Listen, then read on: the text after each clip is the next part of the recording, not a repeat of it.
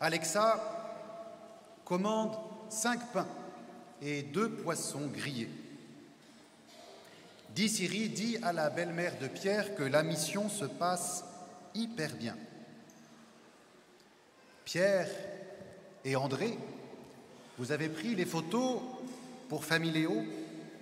N'hésitez pas à les donner à Marie-Madeleine pour les mettre sur l'Insta Jésus et ses apôtres, ainsi que sur le groupe Les Premiers Chrétiens. Ah, s'exclame Saint-Pierre, le repos, c'est vraiment super. Vive les vacances. Voilà un peu à quoi ressemblerait la conversation des apôtres suite à l'invitation à Jésus de se reposer, si les apôtres vivaient leurs vacances comme la plupart d'entre nous.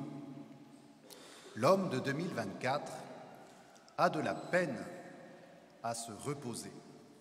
Il a de la peine à goûter cette gratuité d'un temps qui n'a pas de but, d'un temps qui est donné parce qu'il est d'abord reçu, parce qu'il est d'abord savouré.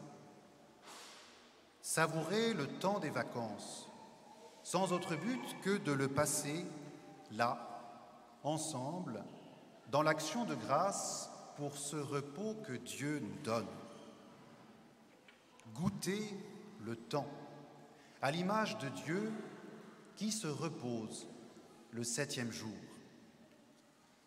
Dieu sanctifie non le jour de son travail, mais le jour de son repos, dit saint Augustin.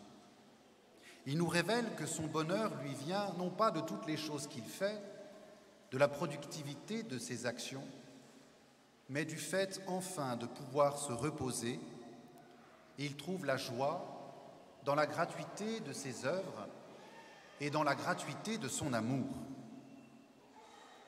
C'est en lui-même que Dieu se repose le 7e jour. Les œuvres qu'il fait sont le fruit du jaillissement de son amour, et c'est dans cet amour qu'enfin, le 7e jour, il se repose, et c'est cet amour gratuit, sans but, qu'il consacre dans le livre de la Genèse. Et voilà précisément le lieu où Jésus nous demande de nous reposer pendant ces vacances, la gratuité de l'amour. Je sors enfin de mes œuvres, je sors enfin de mes activités multiples et je peux enfin me reposer dans un amour gratuit. Même si mes œuvres sont saintes, je fais des tas de bonnes choses en dehors des vacances, je réussis quand même à me dégager de tout cela et à prendre le temps gratuit, déraciné, en dehors de mes habitudes, pour m'enraciner profondément dans l'amour. Alors soyons honnêtes, notre expérience quotidienne des vacances est à peu près à l'inverse de tout ce que je viens de raconter. Sans trahir de confidence, les prêtres sur ma gauche seront sans doute d'accord avec moi. Les confessions du mois de septembre comportent beaucoup de manques de prière. Je n'ai pas pensé à Dieu pendant mes vacances. J'ai perdu le rythme que je m'étais fixé. Je n'ai pas lu la Bible du tout. Je n'ai pas prié le chapelet. Je ne me suis pas confessé. Et le repos, hélas, est l'occasion pour nous de nous éloigner un peu de Dieu, de remplir le temps de loisirs, alors que ce temps nous donne enfin le loisir de le remplir de Dieu. Alors ça n'est pas du Saint-Augustin, c'est du moi. Et donc je vous répète cette formule dont je suis particulièrement fier et heureux. Alors que nous sommes tentés de nous éloigner de Dieu pour remplir le temps de loisirs, nous devrions enfin avoir le loisir de remplir le temps de Dieu. Et au moins chaque dimanche, en tout cas pour vous qui êtes là, il y a cette gratuité du temps de Dieu, non seulement à la messe, mais cet après-midi. Et ce temps gratuit doit rayonner sur toute la semaine des vacances. Merci donc à chacun d'entre vous d'être là. Merci d'avoir rogné sur votre temps de brume pour accueillir le temps de Dieu. Cette dernière remarque est particulièrement cruelle, mais je suis au couvent de Marseille. Nous n'avons pas les mêmes valeurs.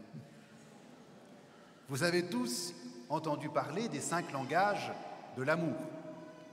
Eh bien, le bon Dieu est particulièrement sensible aux moments de qualité. C'est son langage de l'amour.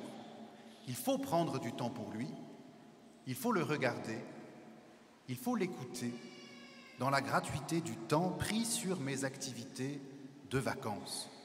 Rien que pour lui, sans but et sans rien attendre en retour. J'ai le temps, j'ai enfin le temps d'écouter Dieu, alors profitons.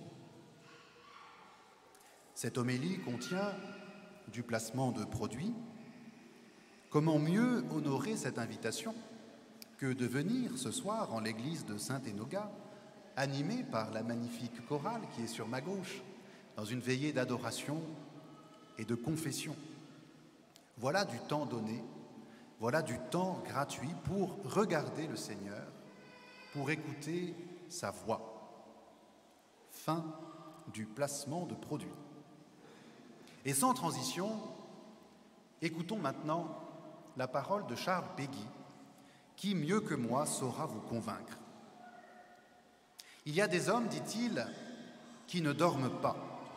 Et je n'aime pas celui qui ne dort pas, dit Dieu.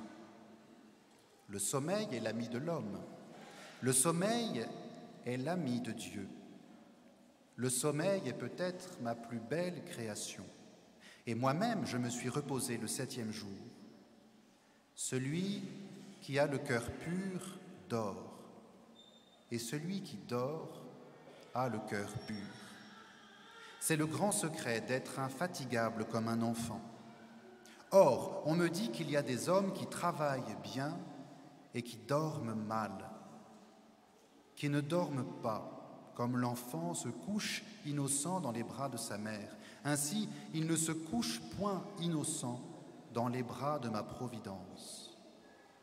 Ils ont le courage de travailler, mais ils n'ont pas le courage de ne rien faire, de se détendre, de se reposer, de dormir. Les malheureux, ils ne savent pas ce qui est bon. Ils gouvernent très bien leurs affaires pendant le jour, mais ils ne veulent pas m'en confier le gouvernement pendant la nuit. Comme si je n'étais pas capable d'en assurer le gouvernement pendant une nuit. Comme si plus d'un qui avait laissé ses affaires très mauvaises en se couchant ne les avait pas trouvées très bonnes en se levant parce que, peut-être, j'étais passé par là.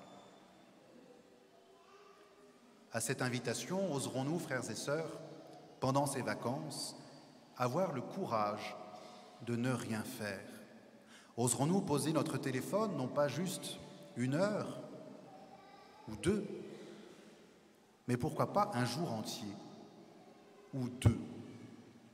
Pourquoi pas, si c'est vraiment nécessaire, choisir des créneaux précis dans la journée où je regarderai les messages urgents? Pourquoi pas se fixer des règles pendant le déjeuner d'aujourd'hui, en famille, pas uniquement pour les ados, mais aussi pour les parents, et même de nos jours pour les grands-parents.